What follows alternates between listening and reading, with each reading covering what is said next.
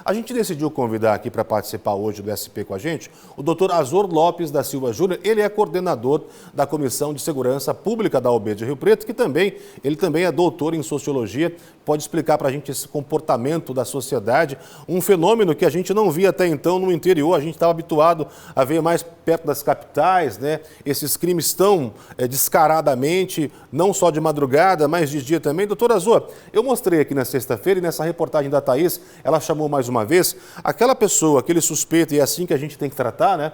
Mesmo com imagens, ela, antes de invadir aquela pastelaria, ela teve outras 24 passagens. E todas as vezes ela foi ouvida e liberada. Como é que a gente tem que entender essa reincidência gigantesca que, para quem escuta isso, é gritante e muitas vezes não consegue entender o que está acontecendo? O senhor consegue explicar essa situação hoje para a gente? Boa noite. Bom, boa noite a você, a todos os nossos telespectadores. Fica difícil explicar porque eu também não consigo entender, ou melhor, consigo entender, mas não consigo aceitar. Eu vou dizer uma coisa a partir daquilo que a reportagem mostrou e que você também comentou na abertura dessa pauta, que é a necessidade de a população, especialmente aquelas pessoas que são vítimas, estabelecimentos que são vitimados por esses furtos, registrarem o boletim de ocorrência. Mas acho que qualquer um de nós sabe o porquê que nem todas as pessoas que são vítimas de furto deixam de registrar o boletim de ocorrência. É porque as pessoas sabem que nunca mais recuperarão as coisas que foram furtadas, especialmente quando a gente está falando de mercadorias de comércio. Cigarro é um artigo de bastante cobiça por parte desses ladrões, porque tem um valor agregado muito alto.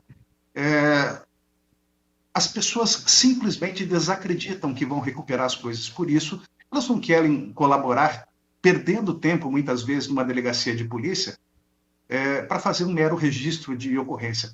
O que se pode fazer, o que se deveria fazer? Investir cada vez mais no vídeo monitoramento. Hoje em dia, tanto a Polícia Militar quanto a Polícia Civil, elas aproveitam muito, as duas corporações aproveitam muito os vídeos que são produzidos a partir dos sistemas de câmeras desses estabelecimentos. Mas por que o serviço público não investe mais?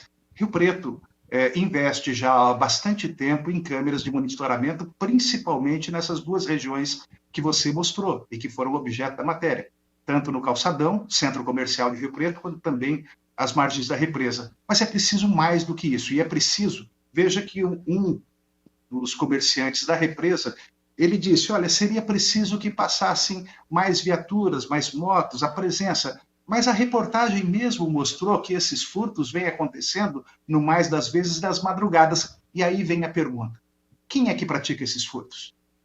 Em regra, são moradores em situação de rua, que me parece que de uns tempos para cá, de alguns anos para cá, eles não existiam em tanta quantidade na nossa cidade. Mas de uns tempos para cá, por alguma razão que merece ser estudada, merece ser explorada, a nossa cidade passou a ser infestada por moradores em situação de rua, muitos deles drogados, toxicômanos, alcoólatras, abandonados pelas famílias e de outras cidades e até de outros estados. E boa parte deles com antecedentes criminais exatamente na prática desses crimes. Furtos a estabelecimentos e furtos que acontecem muitas vezes na madrugada, como esses que as cenas da sua reportagem mostrou. Doutor, então, o que é preciso se perceber? Que essa situação de moradores em situação de rua, ela precisa ser enfrentada para além do acolhimento. Até porque... Ninguém está dizendo que deve haver uma higienização social, mas é preciso perceber que os comerciantes que pagam impostos, e principalmente os funcionários, que muitas vezes têm medo da ação dessas pessoas, merecem também acolhimento.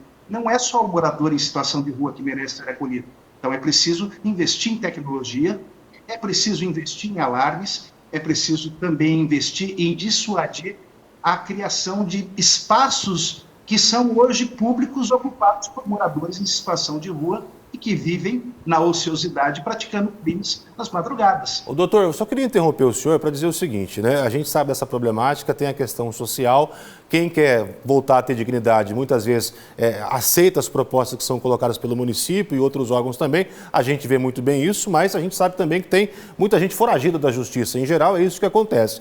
E eu queria te perguntar o seguinte, no caso aí da reincidência, como é que funciona hoje essa questão da audiência de custódia? Qual que é o critério? Porque tem o vídeo que o senhor falou que precisa da câmera, tem o flagrante, tem a testemunha, tem tudo, e mesmo assim a pessoa sai no outro dia, quando não no mesmo. O que acontece? Qual que é o critério para isso? O critério, na verdade, muita gente culpa a audiência de custódia, né? Porque dizem que a audiência de custódia, e é fato, é na audiência de custódia que presentes um juiz de direito, presente um membro do Ministério Público, um promotor de justiça, presente um defensor público ou defensor constituído pelo acusado, é nessa audiência que o juiz vai decidir, ouvindo essas pessoas e ouvindo o próprio criminoso, se ele vai conceder a esse criminoso a liberdade provisória ou se ele vai transformar a prisão em flagrante em prisão preventiva. É aí que nós temos um problema bastante sério, mas é um problema de ordem não jurídica, mas é um problema de direitos humanos.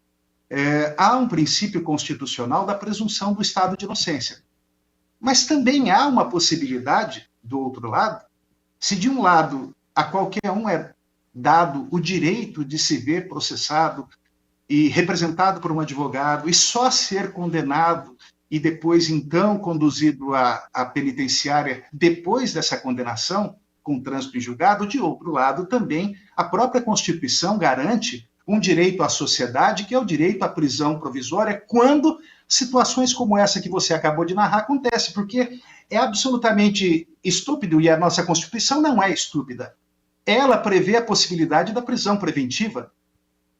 Ora, por que não se aplica? Aí é uma questão de falha não da audiência de custódia em si, mas dos critérios que as autoridades que ali estão presentes levam em consideração sem sopesar que se estabelecer um equilíbrio entre o direito do indivíduo de ter o devido processo legal, representado por um advogado, oportunidade de manifestar toda a sua defesa, mas, de um outro lado, há uma sociedade que não merece viver em segurança. E isso, repito, não se trata de higienização social, se trata de equilíbrio, e a lei permite a prisão preventiva. É o caso de se fazer valer a lei, sem, mais uma vez, acolher os criminosos. Criminoso tem que cumprir pena, senão o cidadão de bem não consegue ver a razão de ser da justiça. Exatamente. Doutor Azor, obrigado pela participação, ótima explanação, até para a gente dar esse entendimento, até para a gente absorver e levar essa informação também. Seja sempre bem-vindo aqui no nosso SP Eco com esse posicionamento, tá bom? Com essas explicações que são sempre bem-vindas para a gente entender esse comportamento da sociedade. Mais uma vez, muito obrigado.